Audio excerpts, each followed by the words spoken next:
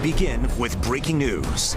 That breaking news is in Colfax right now, where an evacuation order is now in effect for 3 homes and 20 other homes are under evacuation warnings. This is all because of a mudslide this afternoon. Take a look. CAL FIRE sent out this video of that slide that damaged one home. 20 additional homes under evacuation warning on Ben Taylor Road.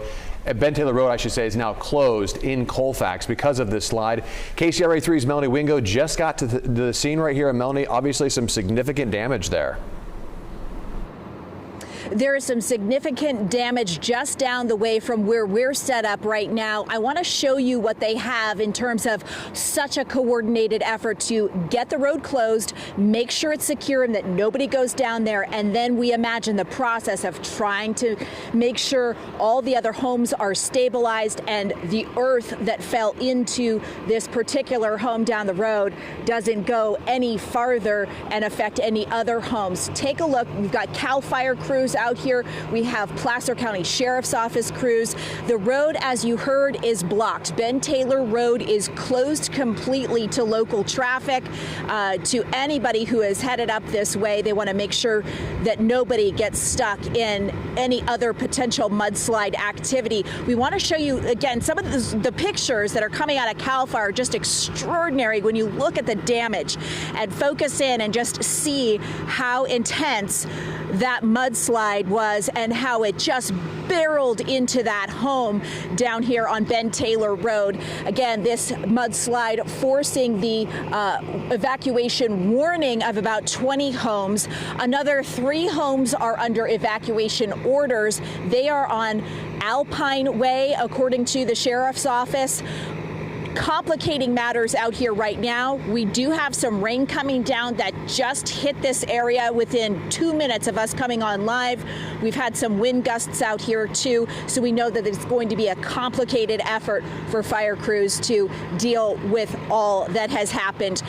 We also saw some heavy machinery come in, and then there's also some excavators on standby just down the way. So again, we just arrived here at the scene. We're going to get a full assessment of what is going on a little bit farther down the road. But for right now, we're here up at the roadblock just ahead of all that damage you saw on your screen a short time ago, and we hope to bring you further pictures and a better idea of exactly how this mudslide happened a little bit later this evening.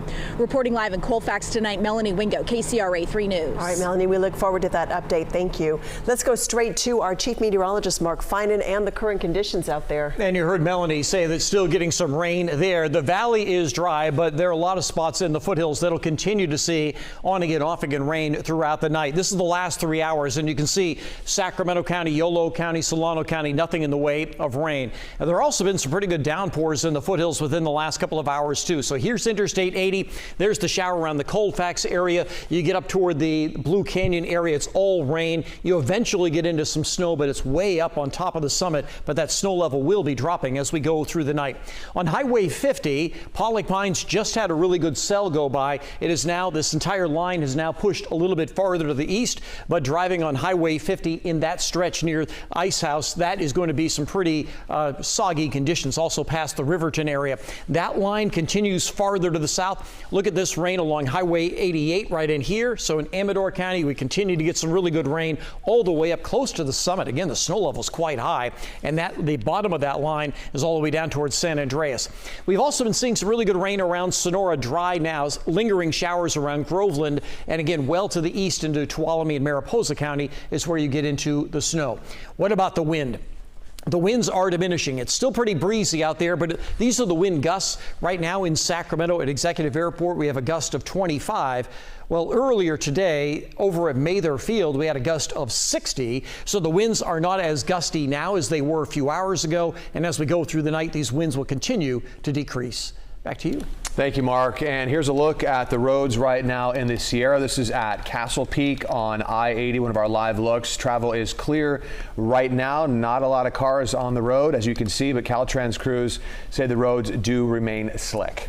Now to South Lake Tahoe, where more than a dozen homes are red tagged because of the storm. And KCRA 3's Orko Manna is joining us live in South Lake Tahoe right now with the very latest on that. Orko.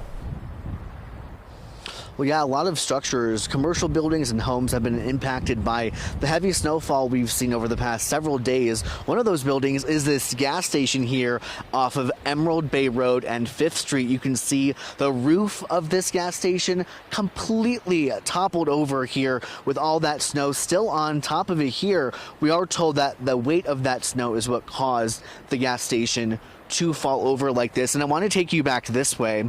You can see that when this fell, the actual gas pump was destroyed in that process. You see all of the wiring and all the machinery here. We are told by the fire department out here that that caused a fire. Luckily, no one was hurt, no one was injured in that process.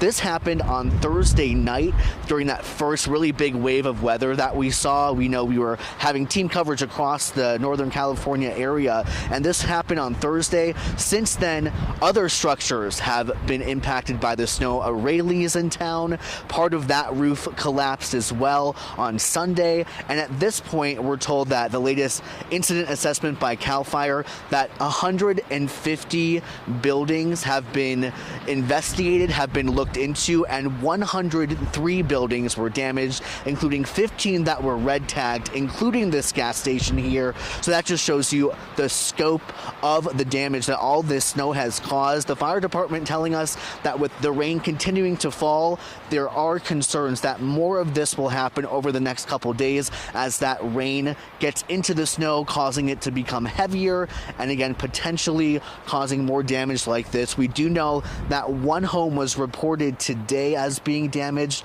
by the snow on top of the roof, so it really is an all hands on deck situation from crews, including CAL FIRE, to try to remove the snow from those roofs to prevent situations like this. But again, it is a really huge task for the folks out here who are still dealing with the conditions here on Tuesday.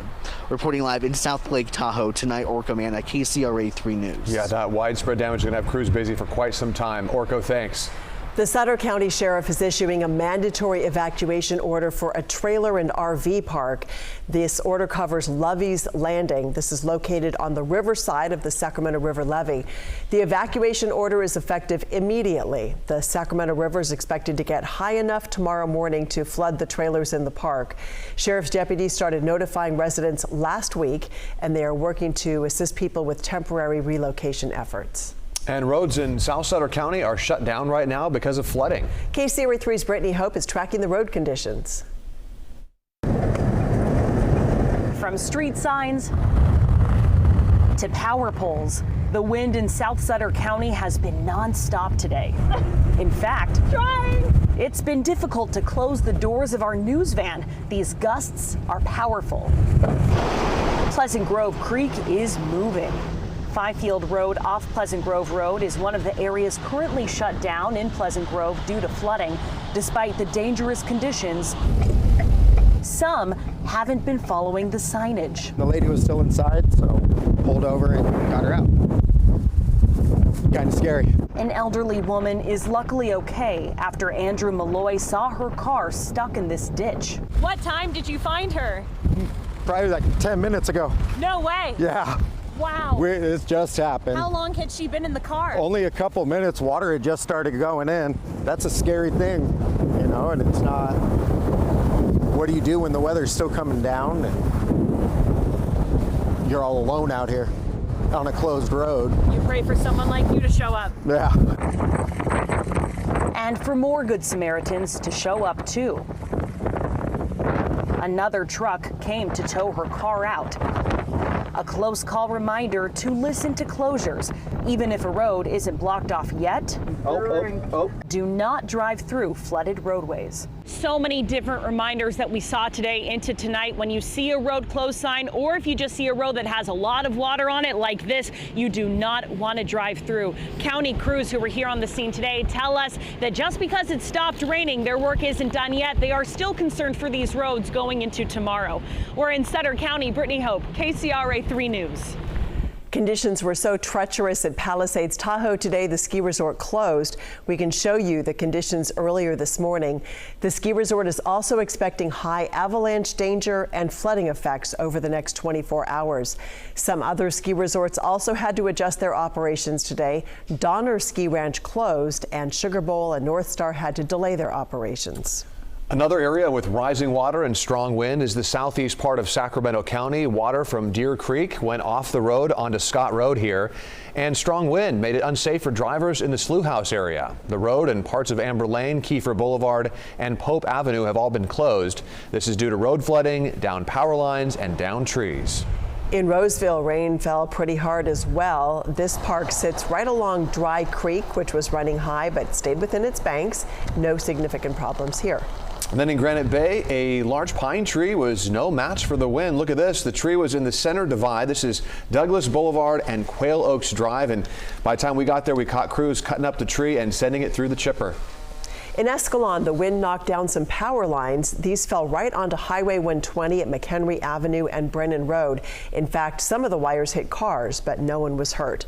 PG&E is working to fix the lines, but they don't expect to have this repaired until tomorrow. Let's get a check on the current outages. Right now, about 290,000 customers are without power across the state. PG&E is responding to multiple outages. Most of them are in the Bay Area, as you can see right here on this outage map. And in Sacramento, SMUD is currently reporting 23 active outages with 500 or so customers being affected. Most of them are in Carmichael and near the Sacramento Executive Airport.